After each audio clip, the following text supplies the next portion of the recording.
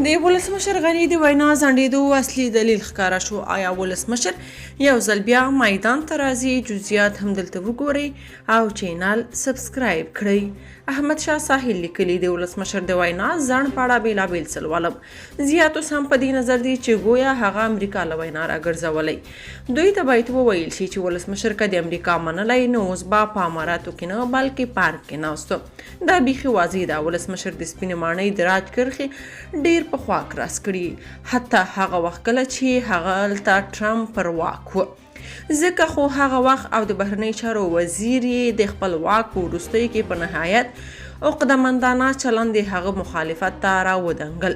دا په راتلونکي کې نور هم واضح شي چې فعلا ولسمشر تر پخوا ډېر د امریکا پالیسیو خلاف او مهمه ده چې په دې اړه یې ډېر واضح لیدلوری نیولی.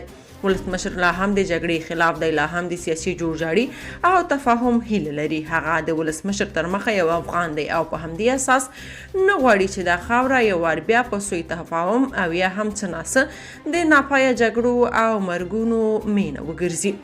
دا د یو افغان په توګه د ولسمشر ارمان دی او د همدې ارمان د پوره کولو لپاره وروستۍ هلې ځلې کوي، هغه څه چې تر ډیره شونې نه بریښي.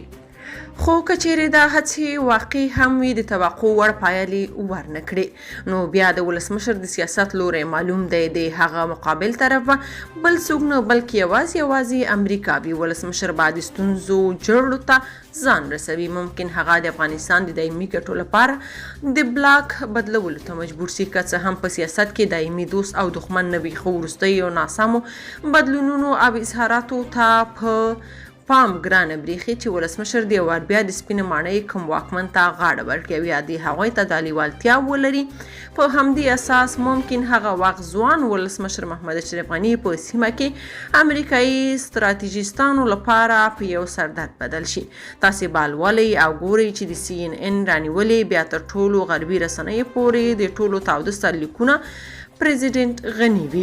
یاد لرئ چې ولسمشر به د افغانستان سیاست قبیله اصلي لوري ته ورسموي. د امریکا په سیمه کې د هغه د همغاړو هیوادونو د استخباراتي لوبې یا په عامه اصطلاح د پیشو موږک لوبې نور خسته کونې سوي او زغمل ګران دي.